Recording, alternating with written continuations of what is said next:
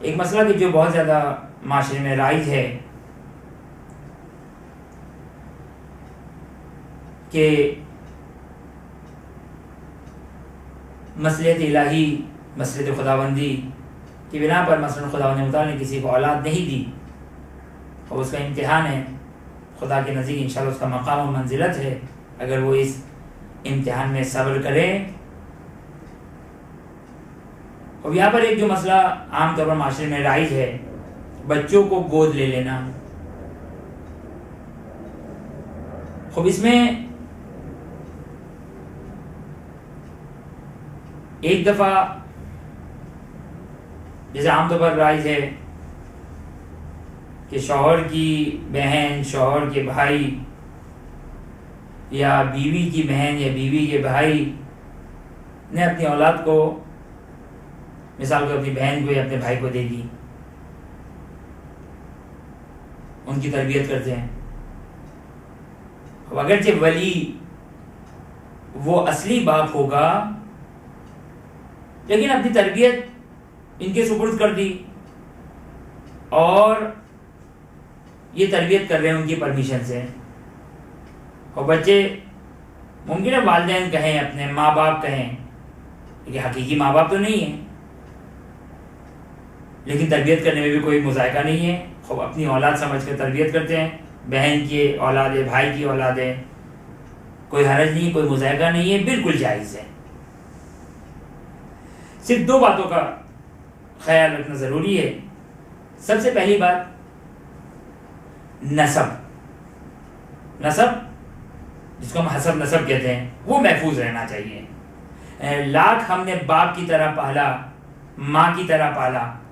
لیکن اس کے حقیقی ماں باپ وہی رہیں گے۔ اب جب مناسب سمجھے انسان، جس طریقے سے سمجھے اس کو یہ بتائے، لیکن یہ بات محفوظ رہنی چاہیے معاشرے میں لوگوں کے درمیان کہ یہ میری اولاد نہیں ہے۔ اور قرآن میں صراحت کے ساتھ اس کی نفی آئی ہے، حرمت آئی ہے کہ انسان کا جو حقیقی بیٹا نہ ہو اس کو انسان اپنا بیٹا قرار دے دے، اپنا بیٹا بنا لے اور ہر اعتبار سے بیٹا بنا لے۔ نہیں، یہ جائز نہیں ہے کہ جس کی بنا پر میراث بھی تقسیم ہوگی، ہاں مرضی سے مل جائے تو ایک الگ بات ہے، لیکن حقیقی بیٹا نہیں بنے گا۔ صحیح پالا ہم نے،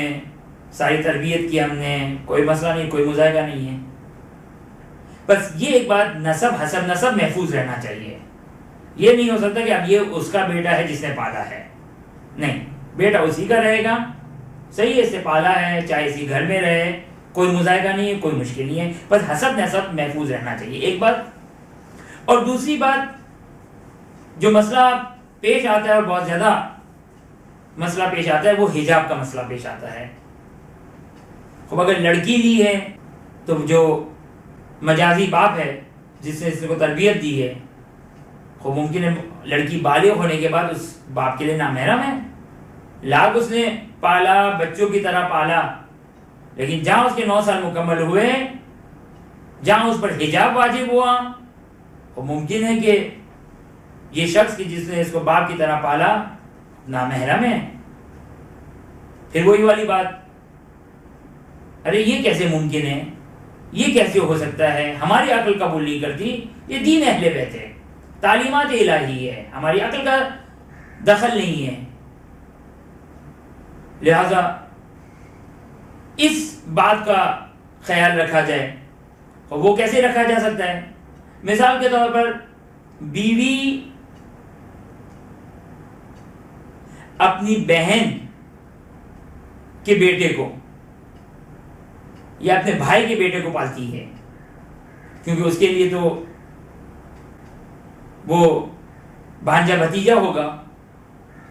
لہذا بڑا ہو گیا، بالغ ہو گیا، خوب خالہ پھوپھی ہے،